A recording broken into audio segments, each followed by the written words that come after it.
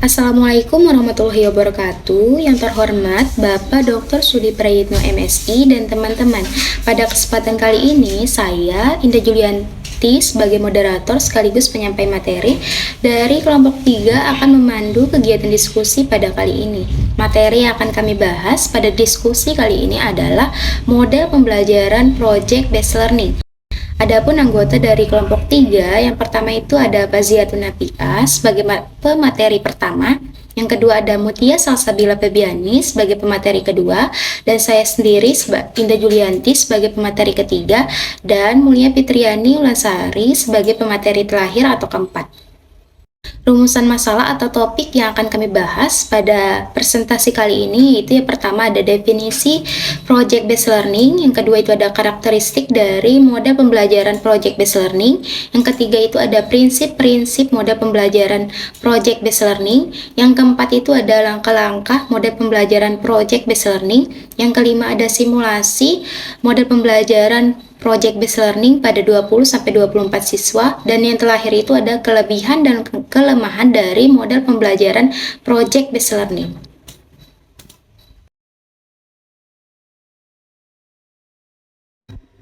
Materi yang pertama yang akan saya sampaikan yaitu definisi Project Based Learning.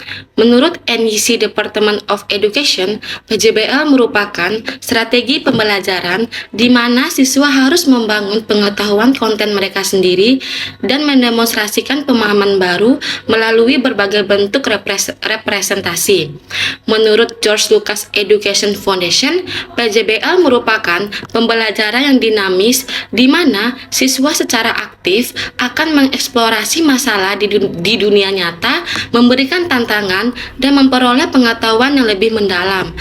Dan menurut Sani, PJBL merupakan pembelajaran dengan aktivitas jangka panjang yang melibatkan siswa dalam merancang, membuat, dan menampilkan produk untuk mengatasi permasalahan di dunia nyata.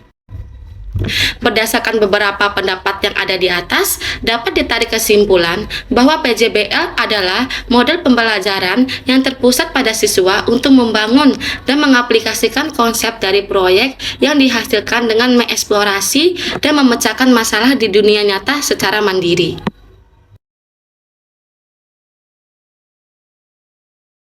Materi yang kedua yaitu karakteristik Project Based Learning.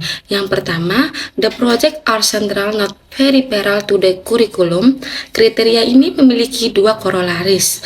Yang pertama, proyek merupakan kurikulum.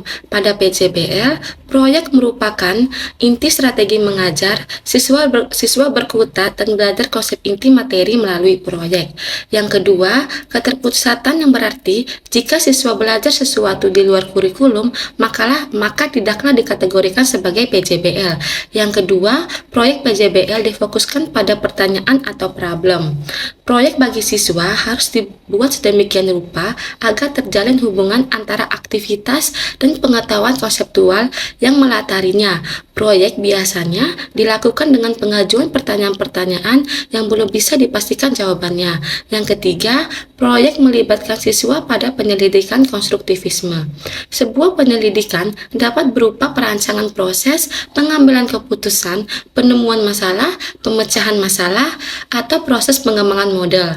Yang keempat, ada project are student driven to some significant degree. Inti proyek bukanlah berpusat pada guru, berupa teks aturan atau sudah dalam bentuk paket tugas. PJBL lebih mengutamakan kemandirian, pilihan, waktu kerja yang tidak bersifat kaku, dan tanggung jawab siswa daripada proyek tradisional dan pembelajaran tradisional. Yang kelima, ada proyek adalah realistis. Karakteristik proyek memberikan keautentikan pada siswa. Karakteristik ini boleh jadi meliputi topik, tugas, peranan yang dimainkan siswa, konteks di mana kerja proyek dilakukan, produk yang dihasilkan, atau kriteria di mana produk-produk atau untuk kerja dinilai.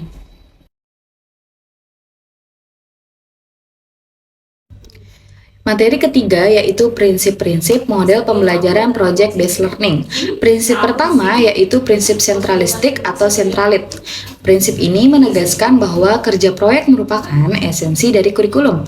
Model ini merupakan pusat strategi pembelajaran di mana siswanya itu belajar konsep utama dari suatu pengetahuan melalui kerja proyek. Oleh karena itu, kerja proyek bukan merupakan praktik tambahan dan aplikasi praktik dari konsep yang sedang dipelajari, melainkan menjadi sentral kegiatan pembelajaran di kelas. Dengan demikian, kegiatan pembelajaran akan dapat dilaksanakan secara optimal.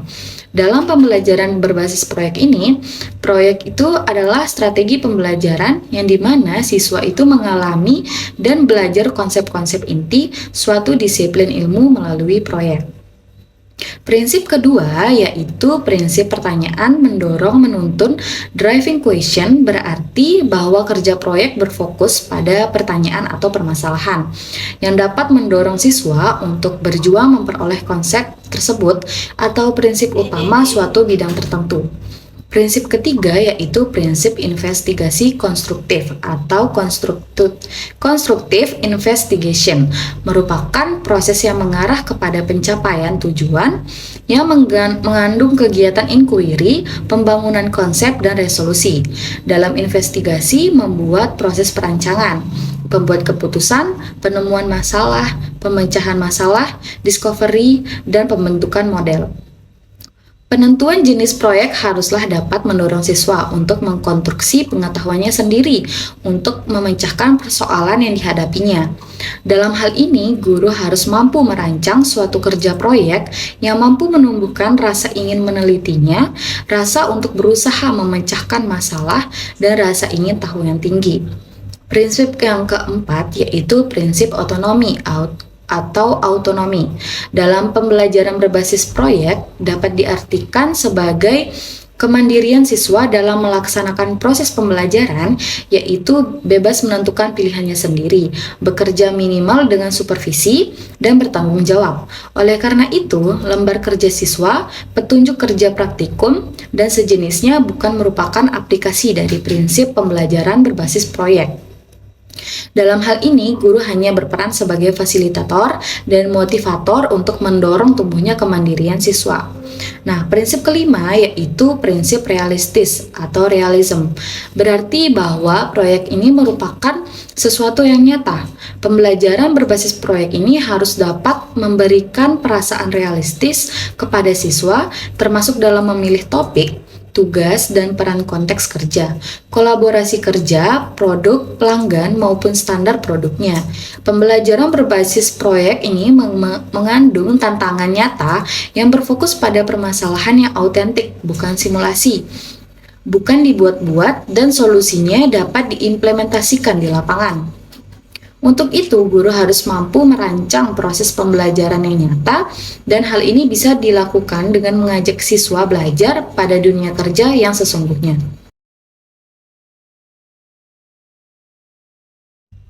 Materi yang keempat yaitu langkah-langkah model pembelajaran PJBL atau Project Based Learning. Fase 1 yaitu penentuan pertanyaan mendasar atau Start with Essential Question. Nah, pembelajaran ini dimulai dengan pertanyaan esensial, yaitu pertanyaan yang dapat memberi penugasan siswa dalam melakukan suatu aktivitas. Pertanyaan disusun dengan mengambil topik yang sesuai dengan realitas dunia nyata dan dimulai dengan sebuah investigasi mendalam. Pertanyaan yang disusun hendaknya tidak mudah untuk dijawab dan dapat mengarahkan siswa untuk membuat proyek.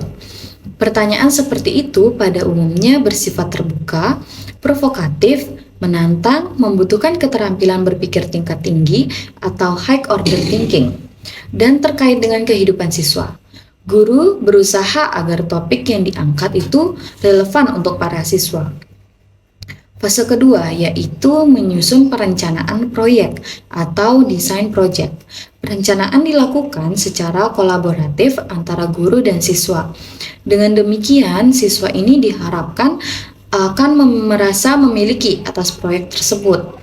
Perencanaan berisi tentang aturan main, pemilihan kegiatan yang dapat mendukung dalam menjawab pertanyaan penting dengan cara mengintegrasikan berbagai materi yang mungkin, serta mengetahui alat dan bahan yang dapat diakses untuk membantu penyelesaian proyek. Untuk fase 3 yaitu menyusun jadwal atau create schedule. Guru dan siswa secara kolaboratif menyusun jadwal kegiatan dalam menyelesaikan proyek. Aktivitas pada tahap ini antara lain membuat jadwal untuk menyelesaikan proyek, menentukan waktu akhir penyelesaian proyeknya, membawa siswa agar merencanakan cara yang baru, membimbing siswa ketika mereka itu membuat cara yang tidak berhubungan dengan proyek, dan meminta siswa untuk membuat penjelasan atau alasan tentang cara pemilihan waktu. Jadwal yang telah disepakati harus disetujui bersama agar gurunya dapat melakukan monitoring kemajuan belajar dan pengerjaan proyek di luar kelas. Untuk fase 4 yaitu memantau siswa dan kemajuan proyek atau monitoring the students and progress of project. Nah, di sini gurunya itu bertanggung jawab untuk memantau kegiatan siswa-siswanya selama menyelesaikan proyek.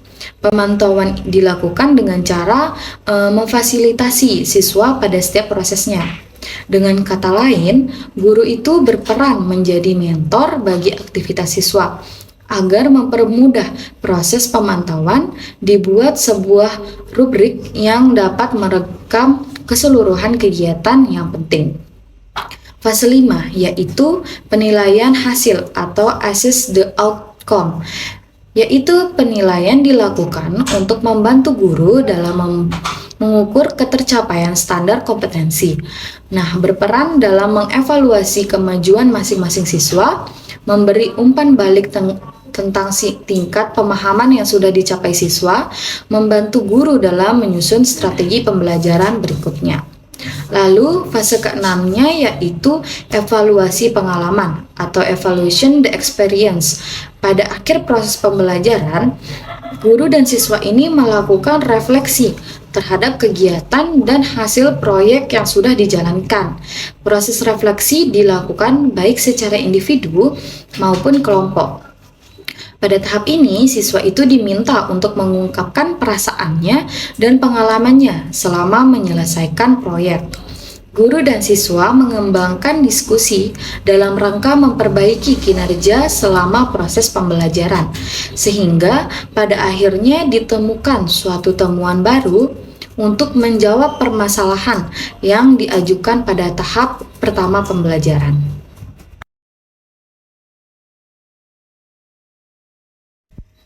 Nah, materi yang kelima yaitu simulasi langkah-langkah pada 20-24 siswa pada model pembelajaran Project Based Learning. Nah, di sini itu yang pertama itu kita menentukan topik materi yang akan dijadikan tugas untuk project. Nah, kita ambil contoh projectnya itu membangun atau membuat jaring-jaring bangun ruang seperti kubus, balok, tabung, kerucut, limas, dan lain-lain. Kemudian yang kedua itu memberikan atau guru memberikan penjelasan materi mengenai bangun ruang yang akan dijadikan tugas proyek. Kemudian yang ketiga itu memberikan kesempatan pada peserta didik untuk mengajukan pertanyaan mengenai proyek. Apabila ada peserta didik atau siswa yang kurang memahami terkait proyek atau tugas yang diberikan, maka peserta didik itu diberikan kesempatan untuk mengajukan pertanyaan. Nah, selanjutnya itu guru membagi 24 siswa itu menjadi 4 kelompok dengan masing-masing kelompok itu terdiri dari 6 orang. Nah, selanjutnya itu setiap kelompok atau peserta didik itu mempersiapkan alat dan bahan yang akan mereka gunakan untuk membuat proyek tersebut. Nah, selanjutnya itu menyusun jadwal penyelesaian proyek antara guru dan siswa, kapan proyek tersebut akan dibuat. Nah, yang selanjutnya itu peserta didik diberikan arahan atau aturan yang bisa digunakan terkait proyek. Nah, maksudnya di sini itu arahan atau aturan yang bisa digunakan itu bahan yang bisa mereka gunakan untuk membuat proyek tersebut seperti karton, kertas manila, dan lain-lain. Nah, selanjutnya masing-masing kelompok itu mendesain pola bangun ruang atau jaring-jaring bangun ruang yang akan mereka buat atau yang mereka dapat terhadap proyek. Nah, selanjutnya itu ada dalam proses mendesain, siswa itu didampingi guru untuk melakukan pengamatan kerja jika peserta didik atau setiap kelompok yang mengalami kesulitan dalam membuat proyek tersebut. Kemudian selanjutnya itu peserta didik mempresentasikan hasil proyek yang telah mereka buat pada pertemuan tersebut.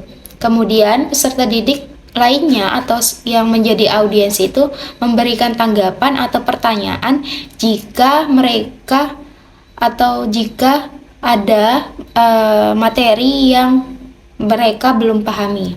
Selanjutnya, kelompok yang presentasi diberikan waktu untuk berdiskusi untuk menjawab pertanyaan dari kelompok-kelompok yang bertanya. Dan selanjutnya itu guru membimbing proses pemaparan proyek dan menanggapi hasil. Nah, di sini itu guru menanggapi hasil dari kelompok yang melakukan presentasi. Nah, selanjutnya guru merefleksi atau menarik kesimpulan. Dan yang terakhir itu guru memeriksa hasil proyek setiap kelompok pada pertemuan tersebut.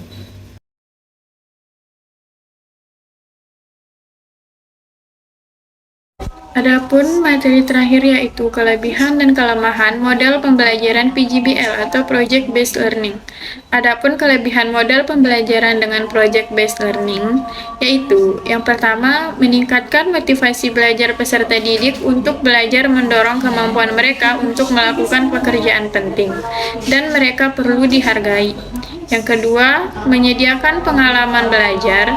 Yang ketiga, membuat peserta didik menjadi lebih aktif dan berhasil memecahkan problem-problem yang kompleks. Yang keempat, melibatkan para peserta didik untuk belajar mengambil informasi dan menunjukkan pengetahuan yang dimiliki. Kemudian, diimplementasikan dengan dunia nyata. Yang kelima, mendorong peserta didik untuk mengembangkan dan mempraktikkan keterampilan komunikasi. Yang keenam, meningkatkan keterampilan peserta didik dalam mengelola sumber. Yang ketujuh, memberikan pengalaman kepada peserta didik dalam pembelajaran dan praktik dalam mengorganisasi proyek dan membuat alokasi waktu dan sumber-sumber lain seperti perlengkapan untuk menyelesaikan tugas. Yang kedelapan, membuat suasana belajar menjadi menyenangkan, sehingga peserta didik maupun pendidik menikmati proses pembelajaran. Selanjutnya yaitu adapun kekurangan metode pembelajaran dengan Project Based Learning. Yang pertama, memerlukan banyak waktu untuk menyelesaikan masalah dan membutuhkan biaya yang cukup banyak. Yang kedua, membutuhkan guru yang terampil dan mau belajar. Yang ketiga, banyak instruktur yang merasa nyaman dengan kelas tradisional, di mana instruktur memegang peran utama di kelas. Yang keempat, peserta didik yang kurang aktif dalam kerja kelompok dan tidak bisa memahami topik secara keseluruhan. Yang kelima, banyaknya peralatan yang harus disediakan. Dan yang keenam, peserta didik yang memiliki kelemahan dalam percobaan pengumpulan informasi akan mengalami kesulitan. Dalam metode pembelajaran Project Based Learning, pendidik berperan sebagai fasilitator. Project Based Learning bertujuan untuk menemukan pemecahan masalah. Di samping itu, peserta didik mempelajari konsep, cara pemecahan masalah dan mengembangkan kemampuan berpikir kritis. Dalam mempelajari konsep dan kemampuan berpikir kritis tersebut, peserta didik bekerja secara bersama-sama dalam kelompoknya untuk mengkaji masalah-masalah real. Nah, pada mekanisme kelompok ini akan terjadi dialog saling memberi dan menerima di antara anggota kelompok tersebut, sehingga diperoleh pemahaman yang mendalam dan matang. Nah, Project Based Learning ini memfokuskan pada pemecahan masalah nyata, kerja kelompok, umpan balik, diskusi, dan laporan akhir.